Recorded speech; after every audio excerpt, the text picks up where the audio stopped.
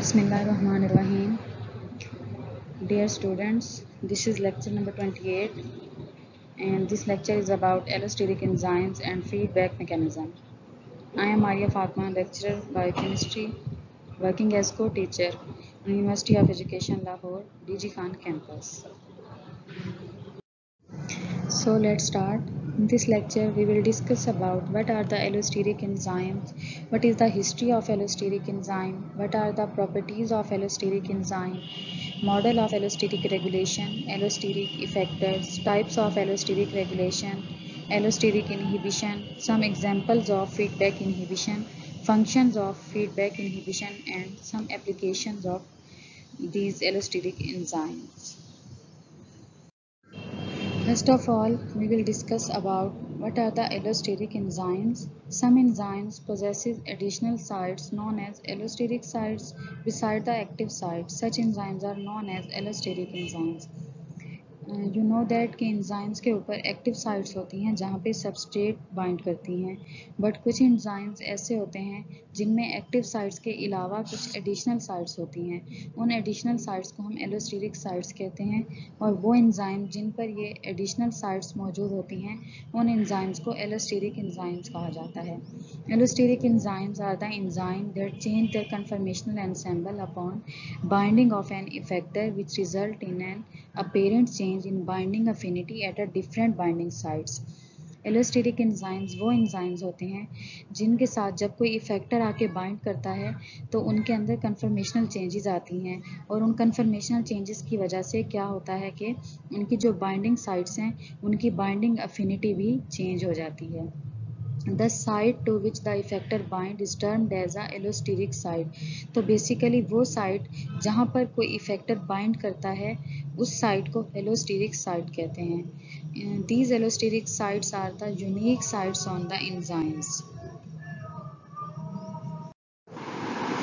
The term allosteric has been introduced by the two Nobel laureates Monod and Jacob to denote an enzyme site different from the active site which non-competitively binds molecule other than the substrate and may influence the enzyme activity. सबसे पहले इस term को allosteric term को जब introduce करवाया मनोड और Jacob ने तो उन्होंने बताया कि एंजाइम पे एक्टिव साइट के अलावा एक और साइट भी मौजूद होती है जिसको हम एलोस्टेरिक साइट कहते हैं और उस साइट पे सबस्ट्रेट के अलावा कोई और मॉलिक्यूल आके बाइंड कर सकता है और जिसकी वजह से एंजाइम की जो एक्टिविटी है वो इन्फ्लुएंस हो सकती है, उस पर वो अफेक्ट हो सकती है, उस पर कोई ना कोई चेंज आ सकता है. These are the some properties of allosteric enzymes. First is allosteric enzymes have one or more allosteric sites. किसी भी एलोस्टेरिक एंजाइम पे एक या फिर उससे कई ज़्यादा एलोस्टेरिक साइट्स हो सकती हैं. Allosteric sites are binding sites distinct from the enzyme active site or substrate binding site. ये एलोस्टेरिक साइट्स जो एक्टिव साइट्स होती हैं या फिर सबस्ट्रेट बाइंडिंग साइट्स होती हैं उनसे डिफरेंट होती हैं. जो मॉलिक्यूल्स आके इन एलोस्टेरिक साइट्स पे बाइंड करते हैं उन मॉलिक्यूल्स को हम इफेक्टर या फिर मॉड्यूलेटर कहते हैं. नेक्स्ट है कि इफेक्टर जो होते हैं ये नेगेटिव भी हो सकते हैं, पॉजिटिव भी हो सकते हैं और जिसकी वजह से ये एंजाइम की एक्टिविटी को रेगुलेट करते हैं, कंट्रोल करते हैं. किस वे में कि जब किसी भी एंजाइम के साथ कोई पॉजिटिव एलोस्टेरिक इफेक्टर आके बाइंड करेगा तो उसकी वजह से जो एंजाइम की एक्टिविटी है वो इंक्रीज हो जाएगी, तो उसमें पॉजिटिव चेंज आएगा और हम उस साइट को तब एक्टिवेटर साइट कहेंगे. लेकिन जब कोई नेगेटिव एलोस्टेरिक इफेक्टर आके उस एलोस्टेरिक साइट के साथ बाइंड करेगा तो उससे एंजाइम की जो एक्टिविटी है वो डिक्रीज हो जाएगी, तो उस टाइम हम उसको इनहिबिटर साइट कहेंगे.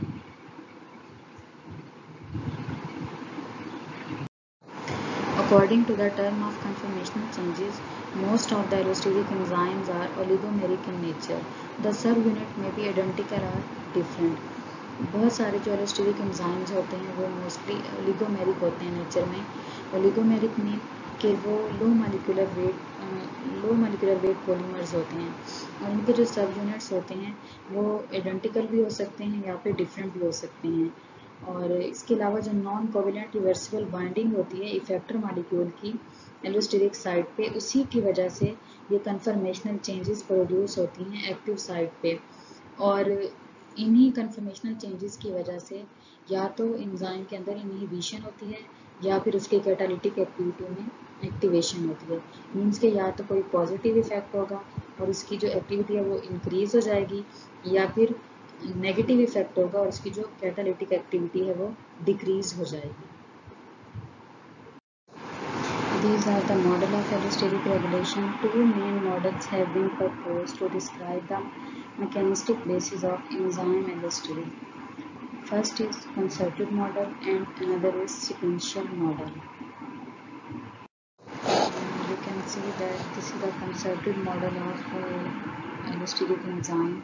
In this model, all the subunits are in high affinity relaxed form. And in this sequential model, these subunits are sequentially converted from tense to relaxed form. These are not already in relaxed form, but these are converted from tense to relaxed form. So this is called sequential model of allosteric regulation. And now about allosteric effector. As we already discussed that there are two types of allosteric effector. First is positive allosteric effector, which positively affect the enzyme. The catalytic activity of enzyme increased when a positive allosteric effector bind to the allosteric site. And other is the negative allosteric effector, which inhibit the enzyme activity when it bind to the allosteric site. These are the types of allosteric regulation. First is homotropic. A homotropic allosteric modulator is a substrate for its target enzyme as well as a regulatory molecule of the enzyme activity. It is typically an activator of the enzyme.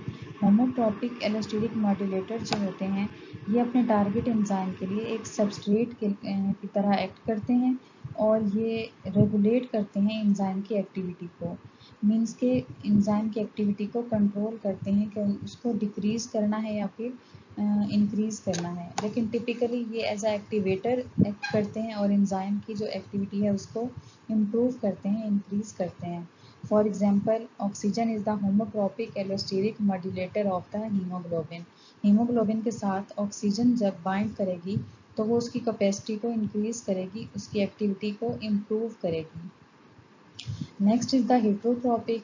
Heterotropic allosteric modulator is a regulatory molecule that is not also the enzyme substrate.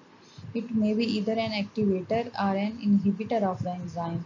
जबकि जो heterotropic allosteric modulator है ये एक regulatory molecule है, लेकिन ये enzyme के substrate के तौर पे एक्ट नहीं कर रहा होता।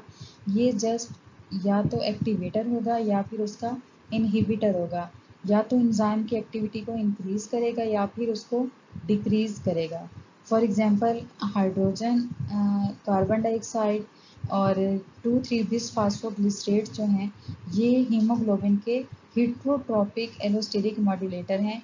कैसे कि ये उसकी जब उसके साथ जाके बाइंड करेंगे तो उसकी एक्टिविटी को इंक्रीज भी कर सकते हैं और डिक्रीज भी कर सकते हैं। एज अ एक्टिवेटर भी एक्ट कर सकते हैं और एज अ इनहिबिटर भी एक्ट कर सकते हैं। For example, when 2,3-bisphosphoglycerate binds to an allosteric site on hemoglobin, the affinity for oxygen of all subunit decreases. This is when a regulator is absent from the binding site. For example, किस तरह से कि 2,3-बिसफॉस्फोग्लिसरेट जो है जब ये haemoglobin के साथ बाइंड करेगा तो जो ऑक्सीजन के सब यूनिट्स हैं उनकी अफिनिटी डिक्रीज हो जाएगी, और ये तब होगा जब बाइंडिंग साइट पे जो रेगुलेटर है वो एब्सेंट होगा। The interaction of two three bisphosphoglycerate with haemoglobin molecule further refine the function of haemoglobin. Same time में ये एक्टिवेटर के तौर पे जब एक्ट करेगा तो इसमें ये कैपेसिटी भी होती है कि ये उसके जो फंक्शंस हैं हीमोग्लोबिन के उनको रिफाइन कर सकता है, और इस तरह से ये एज अ हेटेरोट्रोपिक एलोस्टेरिक मॉड्यूलेशन की एग्जांपल है कि ये एज अ एक्टिवेटर भी एक्ट कर सकता है और एज अ इनहिबिटर भी एक्ट कर सकता है। And this is the graph which show the effect of bisphosphoglycerate on oxygen binding to haemoglobin. जब हीमोग्लोबिन के साथ ऑक्सीजन बाइंड करेगी तो जो बिसफॉस्फोलिस्टेट है वो किस तरह से इसके लेवल को अफेक्ट करेगा। Next is allosteric inhibition. इसमें हम हिप्नोट्रॉपिक इनहिबिशन को डिस्कस करेंगे कि वो इफेक्टर जो डिफरेंट होता है सबस्ट्रेट से, एज वी ऑलरेडी डिस्कस्ड, तो उसको हम हिप्नोट्रॉपिक इफेक्टर कहते हैं। तो उसके लिए फीडबैक मैकेनिज्म क्या है। These are the example of feedback inhibition. We take the example of ATP. ATP is created by glucose by a series of enzymatic reaction in our cells. As you know that cells के अंदर जो ATP होती है उसको different enzymatic reaction के through glucose से produce किया जाता है. Glucose is a stable form of energy currency which can be absorbed from food or transported around the body as needed. ATP on the other hand is unstable and will spontaneously lose its energy if it sits around unused. Glucose तो एक stable form होती है energy की जो कि store हो जाती है एक्स्ट्रा अमाउंट हो, तो लेकिन जो ATP है वो अनस्टेबल फॉर्म होती है और अगर उसको यूज़ ना किया जाए तो वो जो है स्पॉन्टेनियसली उसकी एनर्जी जो है वो लूज हो जाती है। For this reason, it's important to regulate the breakdown of glucose and the production of ATP. So इसी रीज़न की वजह से ये बहुत ज़रूरी होता है कि ग्लूकोज की ब्रेकडाउन को और प्रोडक्शन ऑफ ATP को मेंटेन किया जाए। मीन्स कि ना ही ग्लूकोज की बहुत ज़्यादा ब्रेकडाउन हो और ना ही ATP की बहुत ज़्यादा प्रोडक्शन हो। अगर ATP हमारे पास बहुत ज़्यादा प्रोड्यूस हो जाएगी तो इट मीन्स कि जो ग्लूकोज है वो ज़्यादा उसकी ब्रेकडाउन हो जाएगी और उसमें डिप्लेशन हो जाएगा, उसकी कमी हो जाएगी। तो जब हमारे पास फूड की कमी होती है तो उस टाइम इसकी वजह से बहुत ज़्यादा प्रॉब्लम्स हो सकती हैं। तो इसलिए जो ATP है उसकी भी जो बहुत ज़्यादा अमाउंट है वो मतलब ठीक नहीं होती, तो उसकी वजह से एनर्जी लॉस हो सकता है।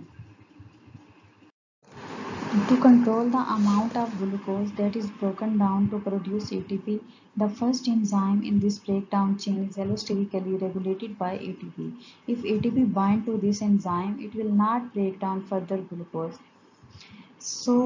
इस चीज़ को कंट्रोल करने के लिए कि ग्लूकोज की फर्दर ब्रेकडाउन ना हो और ATP की एक्सेसिव प्रोडक्शन ना हो, उसके लिए जो फर्स्ट एंजाइम इसमें यूज़ होगा उसको एलोस्टेरिकली रेगुलेट किया जाएगा through ATP।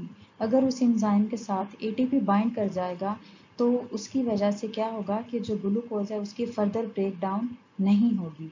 This allows cell to produce lots of ATP in circumstances where ATP is being used quickly, mean it is depleted, but produce little in circumstances where little ATP is needed, leading to a buildup of ATP within the cell.